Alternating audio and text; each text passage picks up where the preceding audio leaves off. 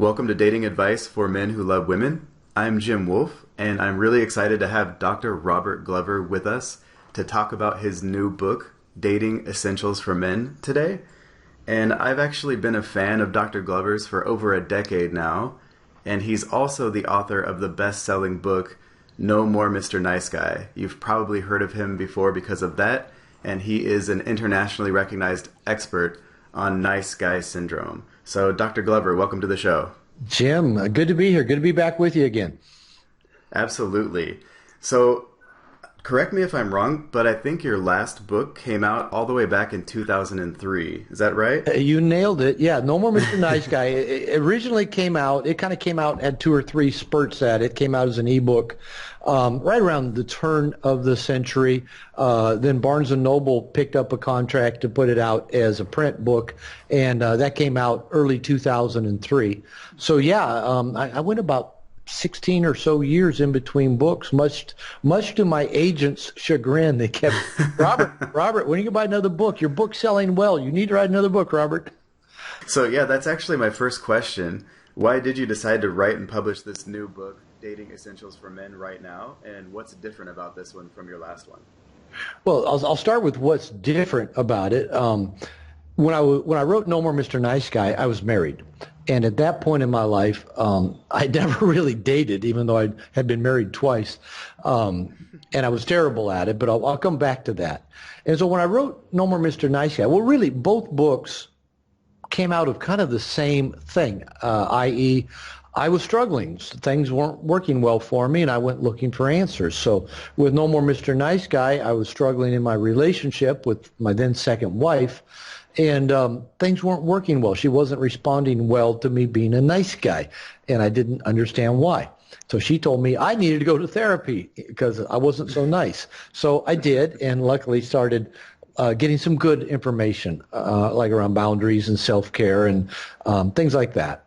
And then I started noticing a lot of other guys out there were just like me. I was a therapist, couples therapist, working with men and women, and guys were coming to couples therapy saying the same thing I was. I'm a nice guy. I treat her well. I'm better than her ex. I'm raising her kids, and I give, but she's never happy, and it's never good enough. She never wants to have sex anymore.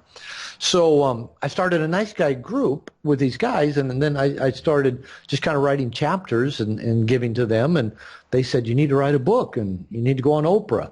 And over a period of about 6 years, it kind of turned into a book, and then took about 3 more years to get that published. So No More Mr. Nice Guy came out of my own just personal struggles, primarily in relationship. Well, when that relationship ended in 2002, 2003, right as No More Mr. Nice Guy was coming out. I was out in the single world in my late 40s, really for the first time since college. And like I said, I was terrible at dating in college, and I wouldn't even call it dating. The term I would use, I call it nice guy seduction. Where I wouldn't really ever ask a woman out. That's dating. But I would like, if I kind of liked a woman, how she looked or whatever, I might try to sit by her in class, maybe try to impress her by knowing, the answer to questions the professor asked, might, volunteer to help her do something, might listen to her talk about something. And then, maybe get around to saying, well, I don't guess you'd want to go out with me sometime, would you? I usually would wait till the very last minute if I did do that. And, usually they had something else going on, like they were washing their hair that night or something. So, I heard that a lot. And so, if I did get a woman, I hung on to them and stuck around way too long. And, my 2 first wives, I was married to the 2 of them for a total of 25 years. And both were good people. But I should not have dated either one of them more than 3 dates. But, so here's a total of maybe 6 dates between them, tops, and I'm married to the 2 of them for 25 years. So when I got divorced second time, I thought, okay, I want to do it different this time. There's no reason to get out of this relationship if I'm just going to go out and create another one just like it. And so a couple of things I realized: I had to become a better picker, and I had to become a better ender. Now, dating is about actually making a lot of bad picks. You're gonna go out with a lot of women, and hopefully you figure out on the first date, no, not so much. And, guys will tell me, I don't get past the first date. I got a lot of one and dones. And I go, okay, you're doing it right. You should have a lot of one and dones. Dating is a process of figuring out who you don't want to go out with. Even more than it is who do you want to go out with. And you have to become a good ender. And I've always said being a good ender can cover a multitude of sins if you're a bad picker. If you did figure out quickly, all right, this is not a good choice. I need to end it sooner rather than later. And so I worked on that. I worked on becoming a better picker and a better ender. But probably the two biggest things I worked on, looking back on it, is I worked at becoming a social animal. I wouldn't have called it then, but I worked at just getting out, being around people, practicing my social skills, practicing interacting. I'd go to happy hour and eat my dinner at the bar, talk to the bartender, talk to the people around me. I'd take my laptop, go to coffee shops to do my work. I'd interact with the people around me. And I started doing some online dating. I did some speed dating, started taking salsa dancing, just started doing things to get me out and practice skills. I had no idea how to know when to approach a woman, how to know if she was in a relationship, how to ask for a phone number. Now, at this time, a lot of dating material was starting to come out, probably most of it fairly pickup based. David D'Angelo had his double your dating type programs. The game came out. A lot of my clients gave me books and DVDs and VHSs. So I was just reading stuff, and what I found was that most of it was crap. But almost in everything, I got at least one good idea. Sure. One good idea, and not so much like a pickup line or something, but more of an attitude or something to practice or to try. And while I was doing that, it's just kind of practicing, trying. I went out. I tell people I was like a mad scientist. I just went out and started experimenting. Instead of trying to get women to like me or trying to get them to go on a date with me, I was out trying to figure out what worked and what didn't work in terms of interacting with women. And in that process, another thing, as I look back on it, and I write a lot about this in Dating Essentials for Men, is that I was also working on my self-limiting beliefs, my beliefs about myself, about women, the world, sex, that got in my way of me having success in terms of meeting great women, having lots of sex, having good relationships. And that was a very conscious process of challenging those self-limiting beliefs. And for example, I think these are pretty common with a lot of guys, especially guys that I call bad daters. One self-limiting belief is that women are not attracted to me, or especially attractive women are not attracted to me. And because I believed that to be true, if a woman I deemed to be attractive seemed to be, paying attention to me or showing me, high indicators of interest, I would ignore them. That can't be about me. I'm reading it wrong. I don't want to look foolish. Oh, she's not really making eye contact with me. She must be looking at somebody behind me. My brain just wouldn't believe it. So I started challenging those self-limiting beliefs. Another self-limiting belief I had is that women didn't like sex and thought men who wanted sex were bad. So that's why I always hid my sexual agenda from women, went really slow, tried to be different than those other guys that only wanted sex, that kind of thing. And as long as you've got a self-limiting belief that women don't like sex and think men who want sex are bad, you're probably not going to get laid very much, and you're going to create self-fulfilling loops around those self-limiting beliefs. So I challenged those as well. So this was really kind of a therapeutic process, learning to date, and now kind of my theme is that learning to date isn't so much learning to date, it's learning to challenge all the bullshit in your head and learning how to become a social animal, which then seems to have a really big impact on all the rest of your life as well. And what I did find is, as I got good at dating, getting good at, getting women and getting laid, every other part of my life seemed to be getting better at the same time. My business got better, my income went up, more opportunities came my way, more adventures. And so to kind of get back to answering your question, guys that were like my clients were saying, Robert, what are you doing? You're having success at this. You're getting women. You're getting laid. Teach us.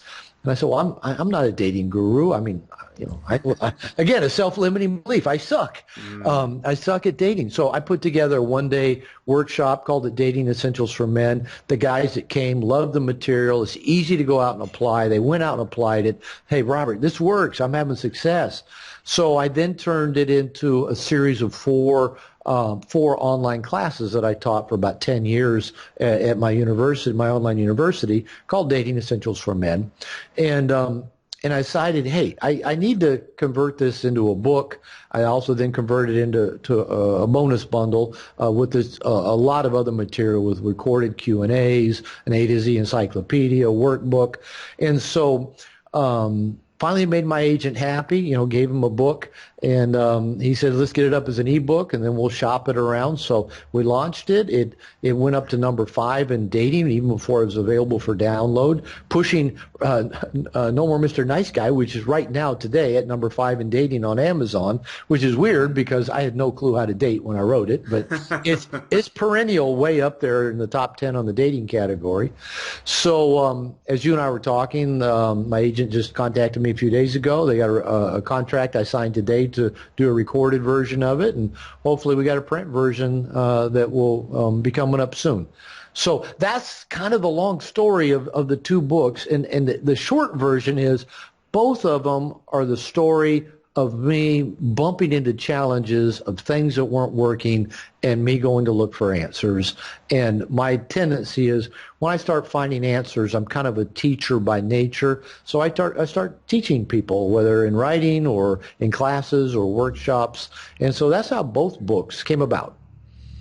That's excellent. And I don't know about you, but I definitely find that I definitely remember more things if I teach something, and that's one of the reasons I do it besides just wanting to help people.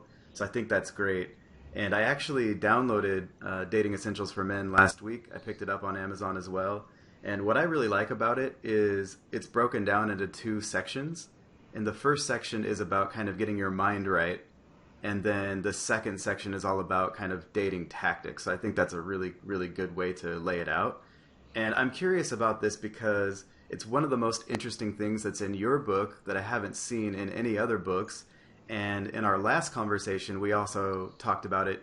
You mentioned it a couple of times. And that is the concept of being a bad ender.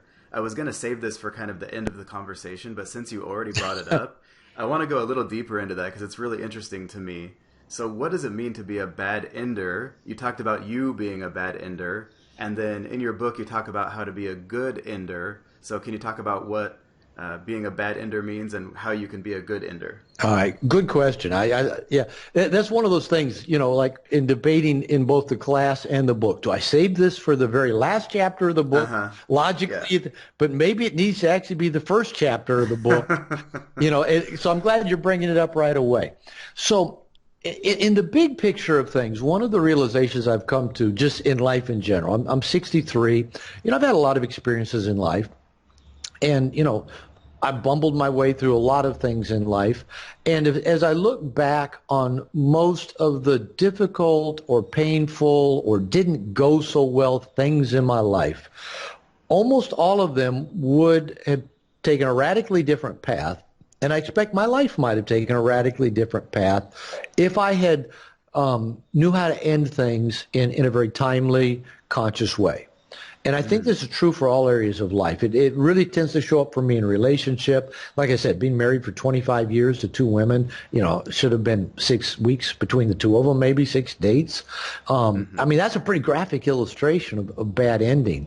And in the midst of being a bad ender, saying those 2 relationships, along the way, it means I tolerated a lot of bad behavior, tolerated a lot of things I shouldn't have tolerated. I'm sure I acted badly because of resentments that build up and frustrations and passive-aggressive behavior. It also led to acting out on my part, so where I did hurtful things to the people I was with. And both of them ended badly. Now, both women actually talk to me now, but after both marriages ended, neither of those 2 women wanted to talk to me for a long time. And because I was a bad ender. I mean, I'll take all the blame on it. And when I went out into the dating world and started being very conscious of that, of thinking, okay, if I talk to a woman once in public, and even if she gives me a number, I'm going to ask myself, do I really want to invest the time and energy to go on a date with her? And if the answer is no, it was just good practice to get her number. I don't text her, I don't call her, I don't go. That's being a good ender. I end it right there, right? And or if I went on a date, I learned very quickly, do not go on nice, expensive dates with women on the first date. Go do something casual. Go get a coffee, maybe a wine at a happy hour, take a walk in the park, whatever. And just spend some time just hanging out with them. Is she a cool chick? Do you enjoy the time together? Is she interesting? And as I said, most of those should end. That should be the last time you see the person, just a one and done date. And because you're asking, I see a cool chick. Do I want to see her again? Because you're not trying to get her to like you. You're not trying to figure out how to impress her. You're not trying to get her to be your girlfriend. You're not trying to get her naked. You're just trying to figure out, who is she? Do I like her? Do I like hanging around her? What's her nature? And you're the decider there. And if after one date you just, you're not feeling it, you don't see any potential there, you end it. You don't call her back. You don't ask her out for another date. Or let's say you do go 2 or 3 dates with a woman, or maybe even have sex with her. If you realize, wait a minute, we're going down a path that, at some point it's not going to end well, it's better to end it sooner rather than later. And I started practicing that. And the best way I knew it was time to end is my anxiety levels started going up. I joked about that when I started breaking out with fever blisters around my lips, it was time. I called them breakup blisters. It was time to end. So that was my kind of clue. Because again, it's not a skill set that comes naturally for me. Part of that ties into kind of my nice guy stuff. I don't want to upset people. I don't want to rock the boat. I don't want to hurt anybody.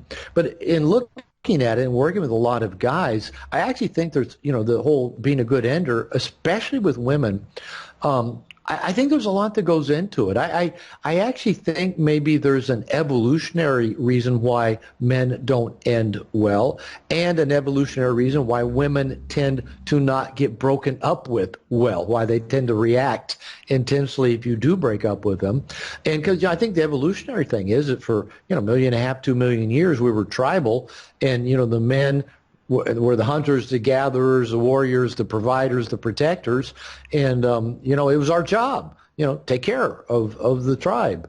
And of course that was the women and children. So now, like, if you're breaking up with a woman, it almost feels like you're throwing her out to the wild dogs, and she's going to starve to death or get eaten alive. It feels that way, like we're doing something terrible. After 2 dates we break up with a woman.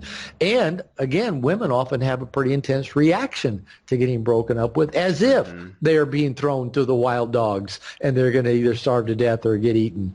And so we kind of avoid that because it's such a strong emotional, visceral feeling inside. Now, I think there's another piece that's maybe developed culturally that I think the golden rule for many, many men nowadays, especially guys that tend to be nice guys, the golden rule is don't do anything to piss off a woman. And if you think breaking up with a woman might in some way piss her off, we avoid doing that. And now here's the thing. By avoid doing what we need to do, we're not being very loving. We're not being very masculine. We're not being very conscious. We're being just kind of scared little wussy boys. And that's really what tends to end up pissing women off in the long run. And, I had an experience after I got practiced at being a better ender. And this experience was a few years into my dating life. And I probably was single, I'd have relationships, but over a period of about 12 to 15 years before I met my current wife and married her almost 3 years ago. I lived alone the majority of that time, and I had a few relationships and dated quite a bit, went through kind of different phases of the dating. But one year, a few years ago in December, around the holidays and my birthday's in December, 5 women who I'd been in a relationship with, 4 of whom I'd broken up with. One, I can't say we really broke up. She just never got all the way in and decided to give her ex-boyfriend another chance. So 5 women that I'd been involved with, and at least 4 who I had consciously broken up with, contacted me, called me up, emailed, whatever, and just wished me happy birthday, happy holidays, and all wanted to meet up with me. Hey, you want to get a drink? Want to get a coffee? Want to I got several different offers. And so here's 5 women, all of whom I'd been in a relationship with, all still thought I was a good guy and all still, had good thoughts about me. And then during that time, I went to a holiday buffet with my stepkids in a town that I didn't even live in. It was 45 minutes away from where I lived. And a woman there who I had dated for a while saw me there, walked across the room, told me her name again. You remember me? She said, I saw you. I just wanted to come say hi to you. How you doing? Blah, blah, blah. So here was the 6th woman that I'd dated. I'd broken up with her as well. And I'd probably dated her as much or longer than most of these other 5 and so here were 6 women that all still thought I was a nice guy. Not a nice guy, but a good guy, decent human being, thought well of me. And I give complete credit of that because I ended the relationships well. I ended them in a timely, loving, direct manner, no bullshit, no making up stories, no not calling them back, no cheating on them, just saying, hey, this isn't working. You need to be with someone that thinks you're amazing. I need to be with someone I think's amazing, and wish you the best. And so that really, really, really made a difference in my life in terms of relationship, and the collateral damage I left behind. And it also, again, I noticed it in every other area of my life. When I learned to say no, or no, it's time to pull the plug on this, kind of knowing when to hold them, knowing when to fold them, knowing when to walk away. That's really a skill set required for success in every endeavor in life. And I think if you look around you and look at really successful people, they know when it's time to walk away from things. They know when, all right, this is as far as it goes. It's time to call it quits and go dive into something else. So I'm glad you asked that question because it is such an important life skill. It's one that still doesn't come real easily for me. I've got an employee that I've thought a number of times about firing him, and but I like him, and actually in recent last year or so he's shown up and doing the really good job I knew he could do. But I probably should have fired him 2 or 3 years ago. It's just not my strength, but I do know it'll bite you on the ass if you don't do it well. Yeah, and what's really interesting about that is oftentimes we're so worried about confronting someone else with the truth, being authentic, being real, saying what we really think, expressing our own reality. And you don't have to do it in an aggressive way. You can just say what you think. It's your opinion. It's your view. We're really afraid to do that because we don't want the other person to feel bad. We don't want to hurt them. We don't want them to be upset, maybe. But what's really interesting about that is what I've found is what almost always happens is that actually the other person just starts respecting you more, and then you actually have a better relationship after you do that. I agree with you, and this is a little bit of a paradox because you can't really do this. I've told guys, to me the main goal of dating is to discover a person's nature, not to get them to like you, not to get them naked, is to discover who are they and how they fit into my life. So I take a different approach than most people when it comes to dating. Most people take the approach of how hot is she and how quickly can I get her naked. So. As you're getting to know people, one of the best ways to really get to know a woman's nature is break up with her.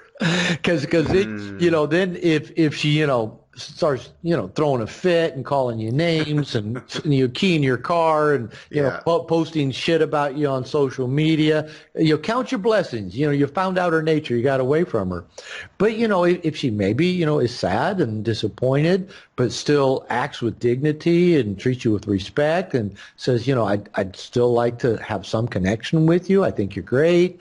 Then you go, well, maybe she's, a pretty quality person. Now, you may still need to break up with her because maybe you don't have the chemistry you need or enough things in common or whatever.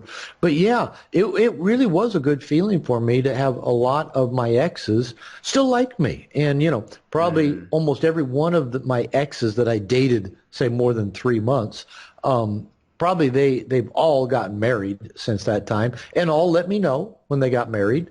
I think they all kind of married down because they had me on a pedestal. That's me being smug. But and they would keep in touch with me. Now the other thing about it as well is that I found out that if you break up with women, well, when they're in between relationships, you're the first person they think of when they want to get laid.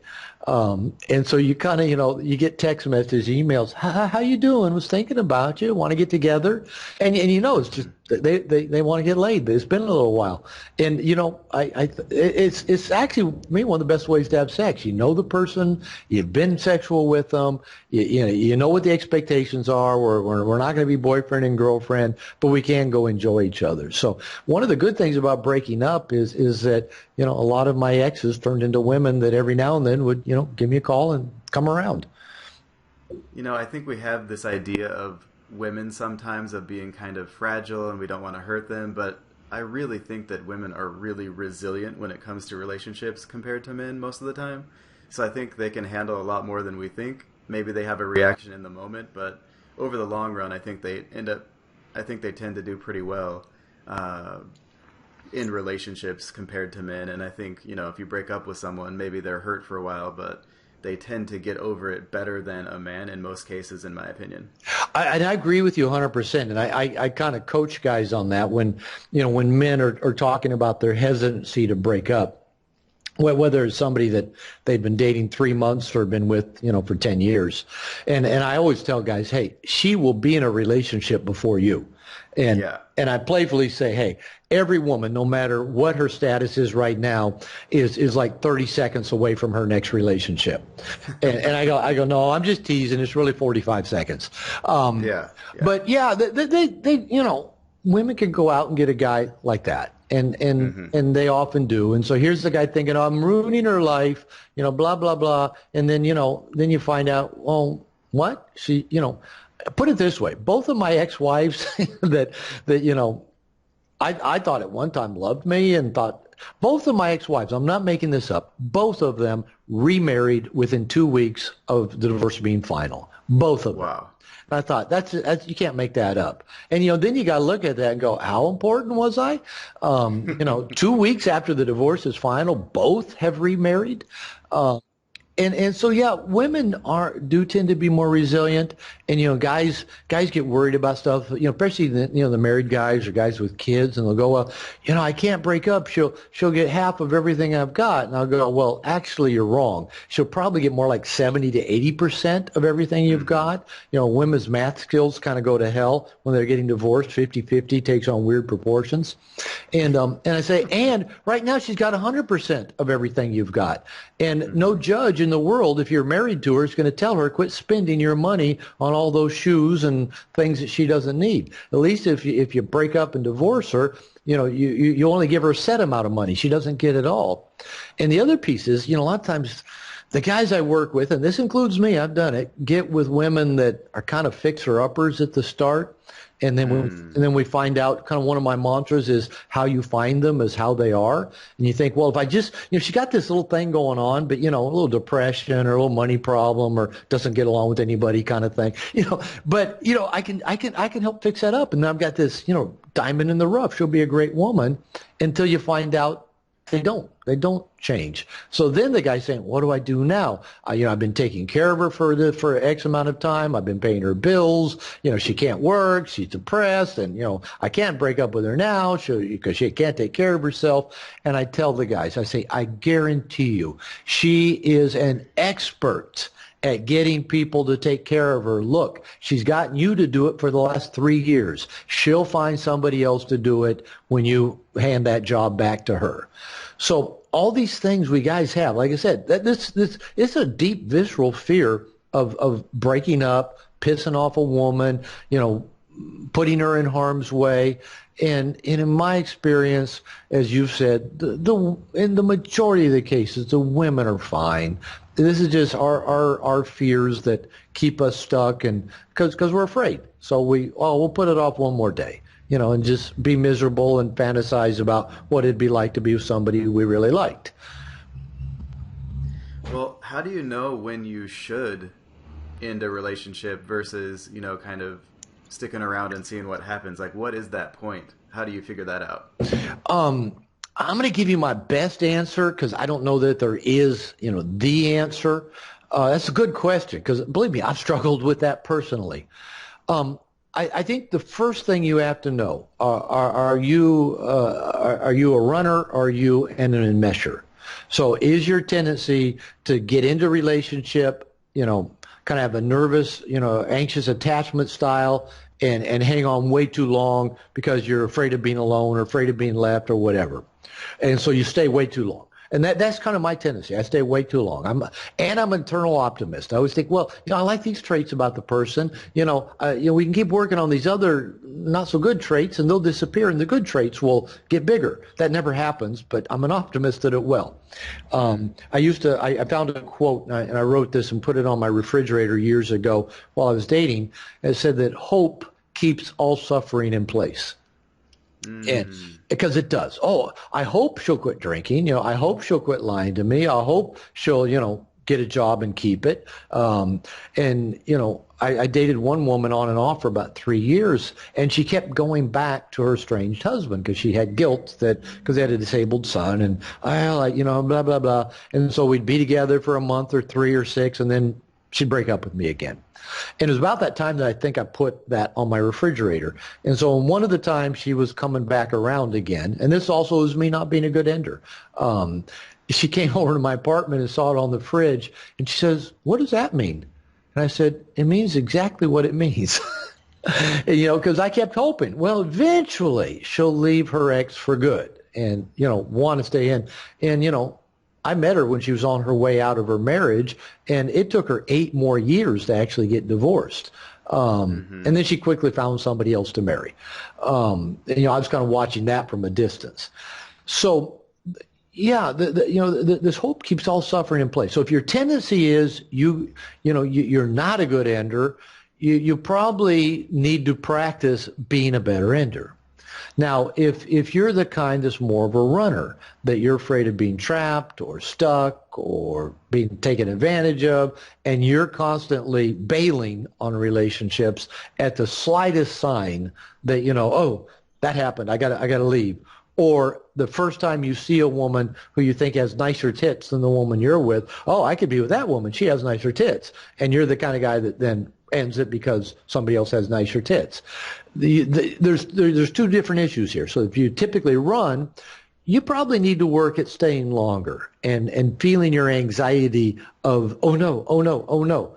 And if you're the guy that stays way too long, you probably need to work at leaving sooner than your kind of natural inclination. That goes back to my breakup blisters. Once my anxiety reached that level that it was stressing my body out, my body said, leave. It's time to get out. Tell her, you're just not feeling it. It's not working for you, and move on.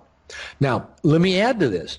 One of my certified No More Mr. Nice Guy coaches wrote a blog article just recently, and I loved it. It's called Why You Need a Relationship Posse.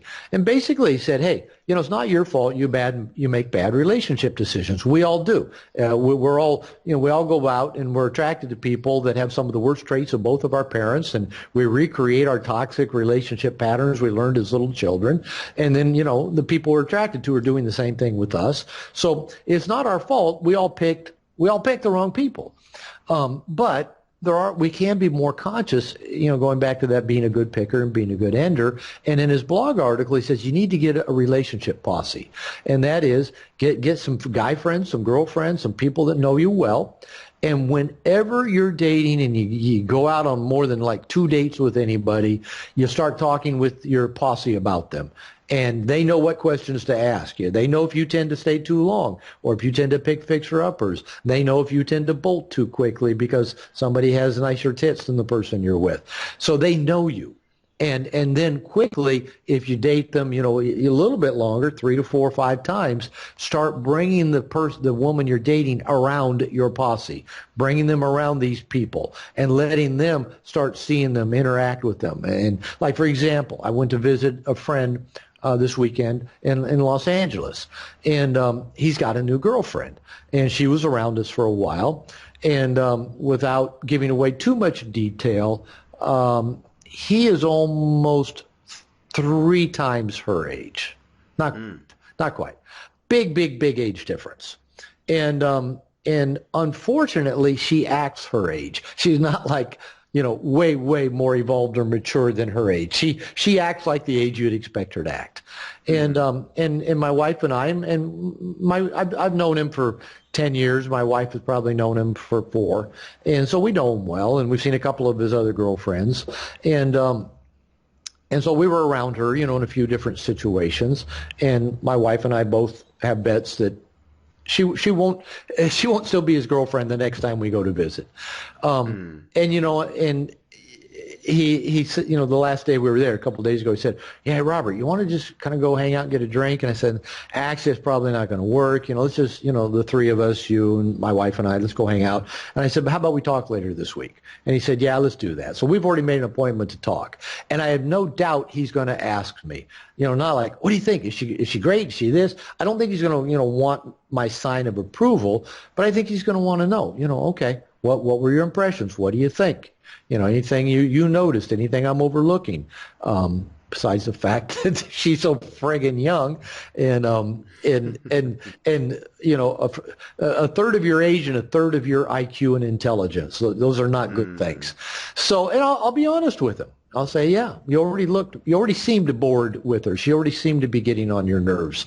And last time he and I had a conversation about the woman he's with, who was actually a better fit, but not a great fit.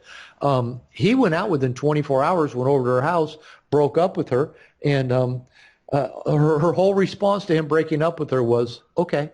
That was it. No, he goes, "You don't have any reaction to it?" She goes, "No, okay, let's break up."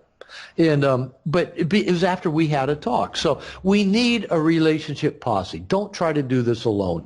Left to our own instincts and emotional wiring, we'll pick the wrong people, we'll stay with the wrong people, or we'll run from the right people. And we just need people that know us well enough to give us some feedback to help us do that in a more effective way. So basically, the way I put it, if you meet someone and you think, hey, this might be a good match, I tell the guys, okay, tie a rope around your waist, metaphorically. Let your posse hang on to the other end of the rope. You dive in, and if she starts to suck you in alive, we'll pull you back out. But don't try to do it alone. That's the best advice I know for making that decision of when I should stay and when I should go. And because it can be a difficult question to ask, because kind of one of the things I talk about in the book, and I say it quite a bit, dating is not in our human DNA. It is not something that comes naturally to any of us. We were tribal for 2 million years, communal for about 10,000 years. We've had an ownership, patriarchal model of relationship. Kind of the everything was economic. One set of parents gave their daughter to another set of parents' son, trade for a cow, and then we raised kids and owned the kids, and they worked the farm. And really a romantic sense of love, kind of this kind of fairy tale bullshit we kind of get in all our songs and movies about finding, our soulmate or the one or somebody who completes us. That kind of horseshit mentality about relationship has only been around about 200 years. And I think I was reading in Mark Manson's his first big book, that I think it's he that said it, the theory is that Shakespeare wrote Romeo and Juliet to show just how dumbass stupid romantic love is. And if you think about it, yeah, he did paint a pretty dumbass picture of 2 young people being in love with each other. So dating's not in our DNA. So breaking up isn't in our DNA either. So everything we're doing in terms of the opposite sex, we're all bumbling our way through it. So I'll go back to that relationship posse, from whether it's learning how to meet the right people and learning how to leave the wrong people. Don't try to do it alone. Yeah, definitely agree with that. I think, as you said earlier, being more social helps you with dating, and having a supportive social circle helps you with relationships. So I think that's awesome. And you also mentioned an idea that's in the book as well, which is like an addiction to superficial beauty. And in the book, you talk about how you can break your addiction to superficial beauty. So can you tell us what that means and how you can break that addiction? Every guy knows what that means. Uh-huh. We all want a hot girlfriend, uh, Sure. and that's normal. Okay, it's probably still part of our evolutionary wiring. Maybe not to the degree that kind of all the so-called evolutionary biologists, experts tell us it is for all the reasons they tell us it is. But we want a hot girlfriend, and most of us it's because we've got really shitty self-esteems, and we think if we've got a great-looking girlfriend, all our guy friends will think we're cool, and everybody will envy us, and we won't feel like a loser, and because she's hot, we're going to have amazing sex, and been there, done that. None of that actually works out that way. All your buddies, if she is that hot, your buddies are all hitting on her, and she may be liking it. The worst sex I've had in my entire life has been with the most attractive women I've been with, usually because they're usually very sexually wounded, and because they're good looking, they've never had to put out or try or give any effort to anything. Everybody's always given to them. So yeah, I've been there. My second wife was gorgeous. I left my first wife, left my career, and left my 2-year-old son to go be with my second wife, and she drove me fucking crazy for 16 years. The good news is I wrote a book. I wrote a book about being married to her. So we're talking because of her, and I'm grateful for her. And she did have many, many, many amazing qualities. But yeah, she was gorgeous. Everywhere I went, people said, "Oh, that's your wife? She's beautiful. She's gorgeous." And yeah, that fed my ego. But men and women both hit on her. She couldn't be faithful. Sex was terrible. I put up with all kinds of bullshit from her because, hey, she was gorgeous, and I didn't want to lose a gorgeous girlfriend. But her being gorgeous did not make my life better. So, what I tell guys is that it really is true. Beauty really is only skin deep, and beauty does fade, but moody, bitchy, and entitled lasts forever. Those things go on for forever and ever. So this goes back to really being a good picker. Part of the good picker equation is recognizing attraction to somebody, especially in terms of being with them, more than a few hours. You better be attracted to several qualities of that person. Now, I tell guys, yes, I hope you're physically attracted to whatever woman, you decide to get naked with or decide to spend extended periods of time with. I love my wife. I think she's hot. I think she's sexy, but I don't know that she would have necessarily turned my head, just walking down the street. She approached me. She actually initiated sex the first time. But I think she's sexy as hell. And I love her body, and I love how she is with me, and I love how she treats me, and I love sex with her. But I love how intelligent she is. She dropped out of high school at 15 to take care of her mother. She's Mexican, grew up in poverty. I had a PhD at 29. So there's a big educational difference, and I think she has a higher IQ than I have. She has close to a photographic memory, and she's got a hell of a lot more street smarts than I do. She treats me like gold. She makes sure, nobody takes advantage of me. She tells me she's not going to waste my money. She's very protective of me. She's funny as hell. She's got probably the quickest wit of any woman I've ever known, and a quicker wit than most men I've known. And she loves sex. She's just a great quality woman. But, if I was just kind of lining women up saying which woman would I pick, to boost my ego as my girlfriend, she probably wouldn't have been at the front of that line. And she's an amazing, amazing partner. So attraction has to be more than just physical appearance. Otherwise, if we guys are just picking a woman purely because she's hot, that's really no different than women picking a guy purely because he's got a bunch of money. There's really no difference. They both are understandable, and they're both equally shallow. and they both are going to lead to misery. So attraction, yes, physical appearance is part of it, and yeah, we're not we don't have to beat ourselves up for being shallow enough that we're talking to a woman because she has tits, and we'll hope we get to see her naked. That's fine, that's okay. But hopefully, pretty quickly, you are testing for other things. And I tell guys again, as I've said, dating is all about testing a woman's nature, and I believe it actually takes probably 3 years to truly, really get to know all angles of a person. Because I promise you, anytime I've been in a relationship with a woman at least 3 years, about the 3-year mark, I started seeing a different person or started learning new things I'd never been told before. And I thought, all right, that means it takes 3 years of conscious dating and interaction to truly know somebody is and to truly make an informed decision. Do I want to invest, the rest of my life, or at least many years of my life, and my pocketbook and maybe my sperm and whatever else with this woman? So you got to decide, you got to test her nature. So when I was dating women, like really early on, number one, I would never try to fit into their life. I would try to see how they fit into my life. So I'd take them to listen to live music. I like jazz. I'd take them to listen to jazz. Classic rock. I'd start, but I wouldn't do that first date. But I would bring that in. I like baseball, so I'd take them to a baseball game, and I'd go buy tickets from a scalper just to see how comfortable they are, with just getting out there and having a negotiation with somebody outside the stadium. I'd make them ride public transportation. Even when I would have a nice car, say, hey, we're taking the bus to the ball game, just to see how do they do with that. We'll get a little bit into it. I'm taking them camping. I want to see how they do camping. How do they do going without a shower for 3 days or a blow dryer?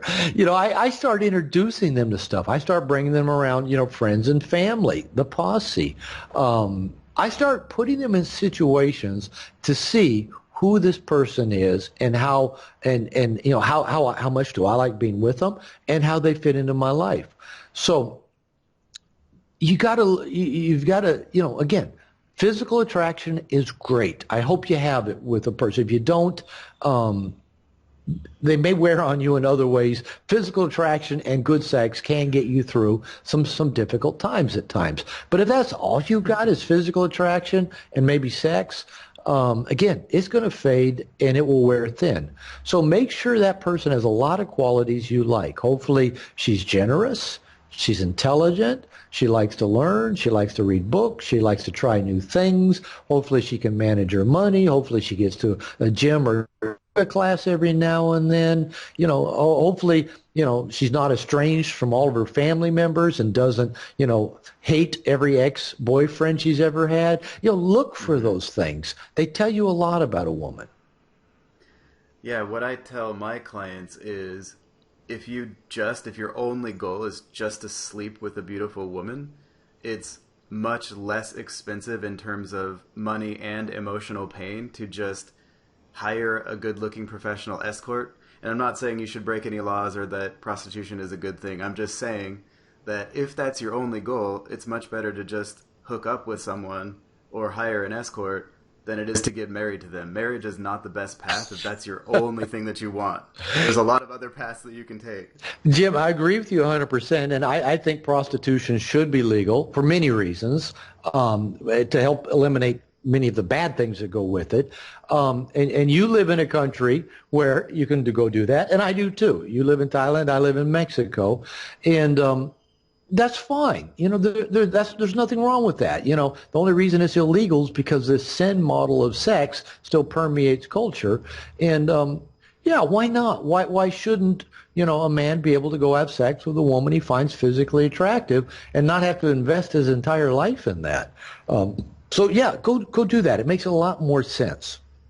And then on the other hand, if you want to have a long-term relationship or you want to get married or build a family, then the person that you choose to be with has to have certain qualities that allow you to have a good relationship with her. So we talk about that as well, of course. Yeah, of course. And I work with so many guys, and you've probably bumped into this too. And you can almost start predicting these guys what's going on with them as soon as they start opening their mouth. These are the guys that have almost no social skills, and they stay at home, watch television, smoke dope, surf the internet, jerk off to porn, just, you know, playing World of Warcraft. They're on online red pill forums pontificating about women, whatever. And then they say, well, unless I can date a 10, I'm not going to date. And yeah, and they haven't been to a gym or on an exercise cycle in their entire adult life. They dress like shit. Have no clue how to groom. And it's kind of like saying, hey, unless I can drive a Bentley, I'm not going to drive a car. And really, again, all that is an excuse so they can just go back and look at the 10s in the porn, because in porn, the 10s all think they're great, and everything always works out. But yeah, that whole attitude, well, unless I can date a hot woman, I'm not going to even bother. Okay. Yeah. Good luck. What do you bring to the table? And dating is all about what do you bring to the table. And if there's certain things you value about women, you better match them value wise. And they don't have to necessarily be the exact same thing, but you better bring something to the table. And just you insisting that you'll only date a 10 is not you bringing much to the table. What's the trade-off for her? Absolutely. And if a woman treats you well, she gets actually better looking in your mind over time. And if she doesn't, then her looks start to lose their effect on you. I agree with you 100%. That is an interesting phenomena. Every woman that I've ever been with who treated me well got more beautiful over time. And here's another thing. Every woman I've been with that treated me well, not only did they appear more beautiful to me, they started taking care of themselves, often trimmed down, got in better shape, started dressing better, there's something about, being in a loving relationship that brings the best out in a woman that she wants to be your best partner.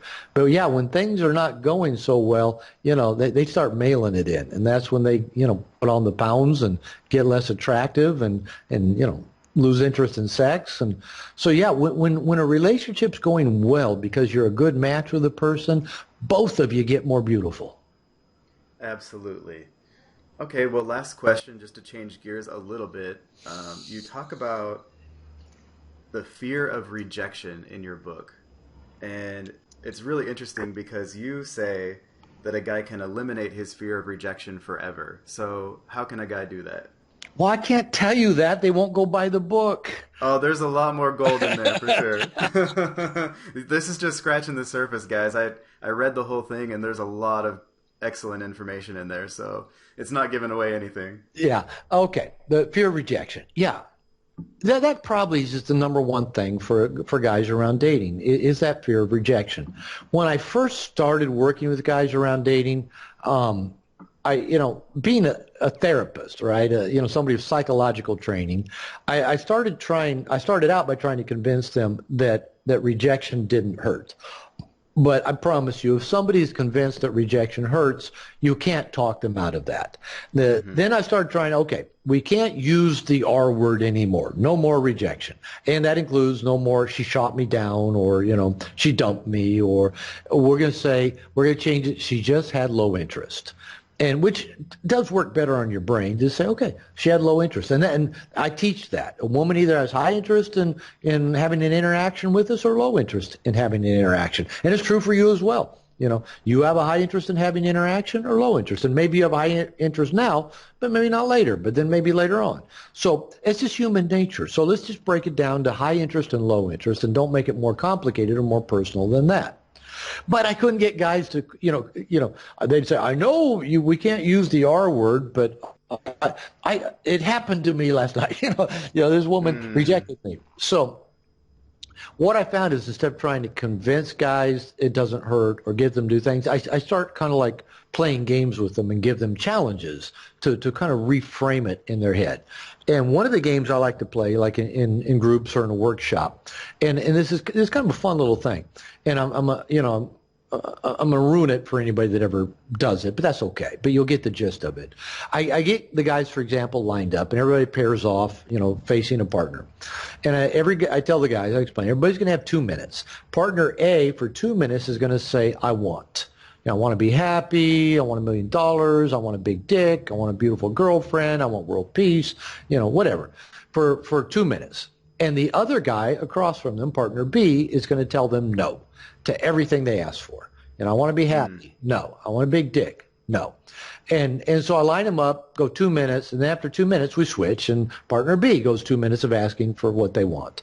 And I do this with nice guys for a number of reasons. There's a lot of applications. One is that nice guys have a hard time asking for what they want. They even have a hard time knowing they want anything.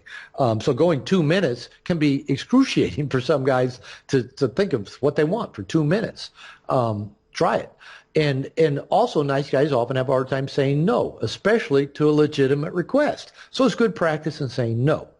So, and there's other applications, but so I'll do this with guys, and they get loud, they're laughing, they're getting silly or being, whatever. Everybody has a good time doing this little practice. And sometimes like when the 2 minutes is up, I'm having to yell over the den to get them. All right, stop. 2 minutes are up. It's time for the switch places, blah, blah, blah. And so like after we do this and then we get done, we break it down and discuss a lot of the dynamics about it. I'll just put it out there. I say, okay, guys. I said, each of you spent 2 minutes getting rejected over and over and over again. And you guys were having fun. You were enjoying it. You were laughing. You wouldn't stop when I told you your 2 minutes were up. And I'll go, but everybody's convinced that rejection hurts. But you just got rejected for 2 minutes. It didn't hurt you a bit. And then I always say, and people start going, but, and I go, okay, what's the difference? And, really what it comes down to, the difference is the context and the meaning we put on it.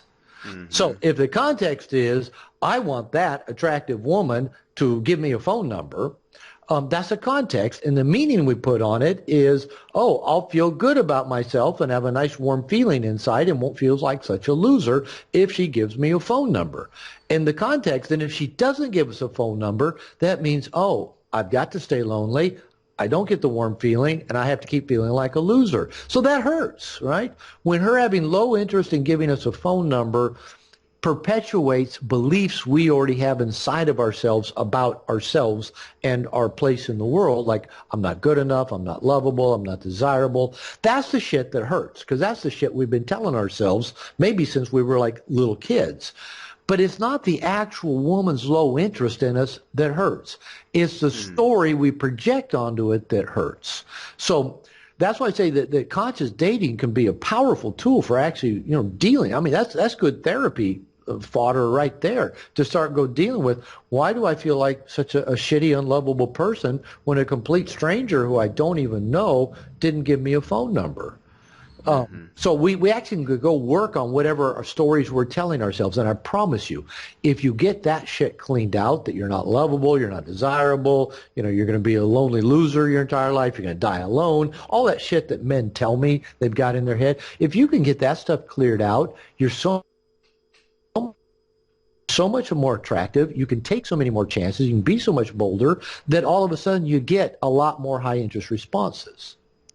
Now, the big assignment that I give guys, I tell guys, okay, here's how you're going to find out rejection doesn't hurt. Get a buddy, go out and decide ahead of time how many rejections each of you is going to get that night. 3, 5 is the max you probably want to go for.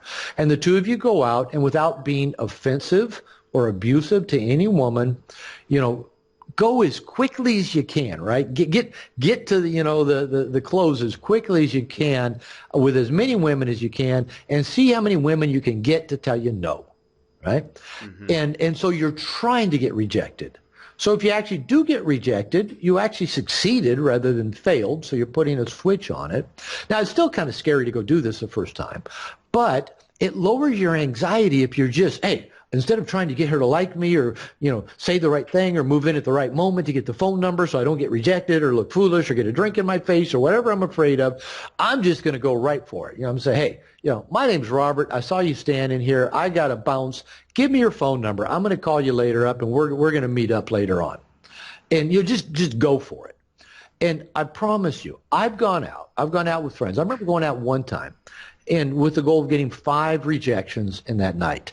I couldn't get 5. I tried. I tried my damnedest. I Mm-hmm. could not get 5 women to tell me no. I was talking to college-age women. I was, strangers in restaurants, waitresses, and I kept getting numbers. And so here's the paradox. There's something about being that bold, being that direct, just holding your phone out saying, give me your number, I'm going to call you. Women are actually wired to be compliant and say yes. Women actually hate to say no in spite of all of our beliefs about it. And you'd be amazed how many women will say, yeah, sure. That's kind of cool. Nobody's walked up to me in a long time and just said, give me your number, I'm going to call you. It's fun. It introduces something that women are not expecting. Now, you got to be bold about it. You can't do the typical thing that most of us guys do and sit and stare at them across the room in that creepy kind of way. Just be bold, interact with them, be playful, have fun with it, but quickly get to, and give me your number. I'm going to give you a call. We're going to meet up later on. And just try to get 5 women to tell you no. Now, here's the really cool part. Now, you can do it, and 5 women might actually tell you no. That doesn't mean you're a loser, because here's what happens. As soon as a guy does it once, even if he gets told no, he walks away going, damn, I did it. You get the fist pumping going on. I did it. And like now, all of a sudden, they're pumped up to go do a second one. And next thing you know, they can't wait to go do a third one, even if they're getting told no. There's something about just facing that fear, that primal fear of being rejected, that, okay, she told me no. My world didn't end. Here's another woman. I'm going to go get her to tell me no. And doing that really gets you pumped and excited. And when it's all over, when your night's over, a couple of things. One, you realize, hey, I didn't die. I didn't look foolish. I actually had fun. I was playful. I talked to women I never would have talked to. And I actually got some numbers of women I never would have gotten. And, so I find that the men that will actually do that assignment, take a buddy and the 2 of you go out, 2, 3 buddies, whatever, try to get 5 women to reject you. It really does just cure you of it. And you realize, it doesn't hurt. It doesn't hurt. It's just no. And if I hadn't talked to her at all, it still would have been no. So at least I went and talked to her and found out for sure it was no. And so that's the best way I know to do it.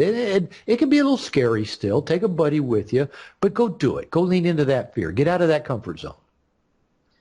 I really love that, because if you don't interpret a woman saying no to you as you are not lovable, you're not able to attract a woman, you don't have some kind of general story that's negative about yourself when that happens, then you can continue to take action with other women, and your ability to take action continually and more quickly after what you call maybe a rejection is what leads to your eventual success. It's being able to keep going and keep taking action, even if it doesn't work out for you with one woman, maybe the next woman will like you. And so I think that activity is so cool, because not only does it kind of vaccinate you against rejection in general, it also allows you to take action the next time with the next woman. And when you meet the right woman for you, you're not going to really expect it probably. You're going to look up at the coffee shop and there she is, and now you don't have that fear in the back of your mind, and you go over and say hi to her, and then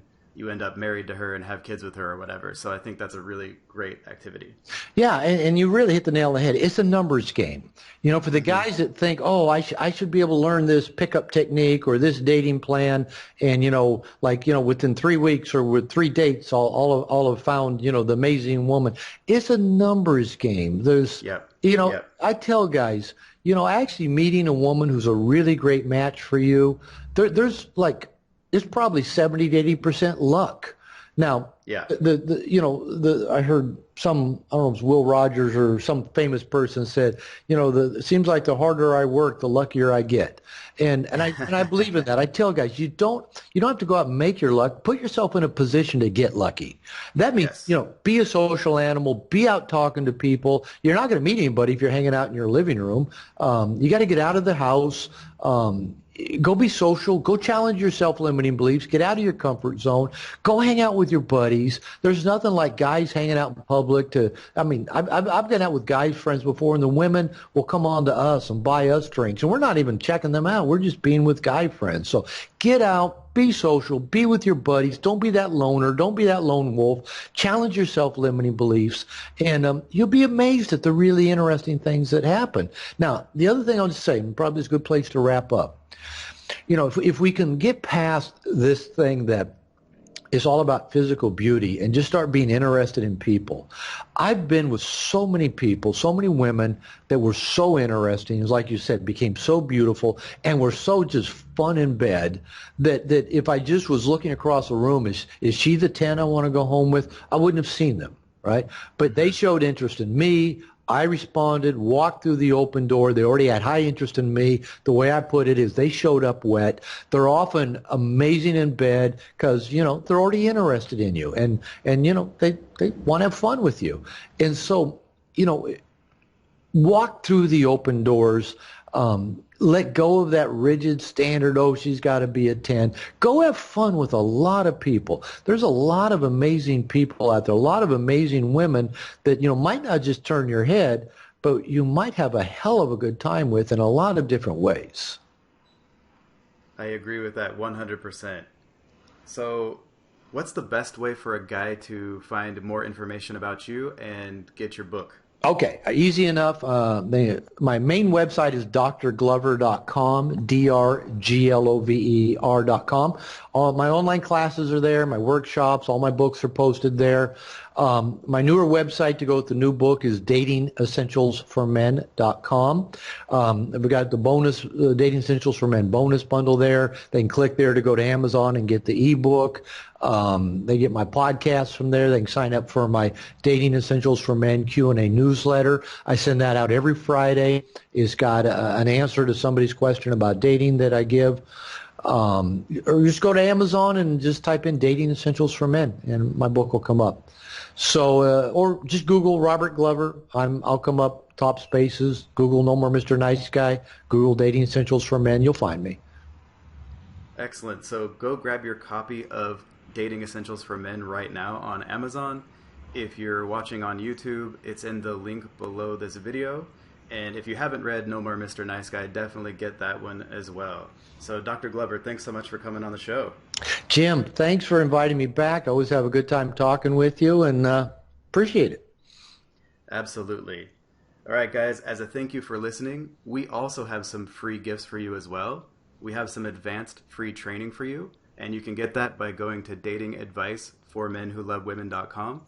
That's datingadviceformenwholovewomen.com. I'm Jim Wolf with Dating Advice for Men Who Love Women. I'll talk to you later.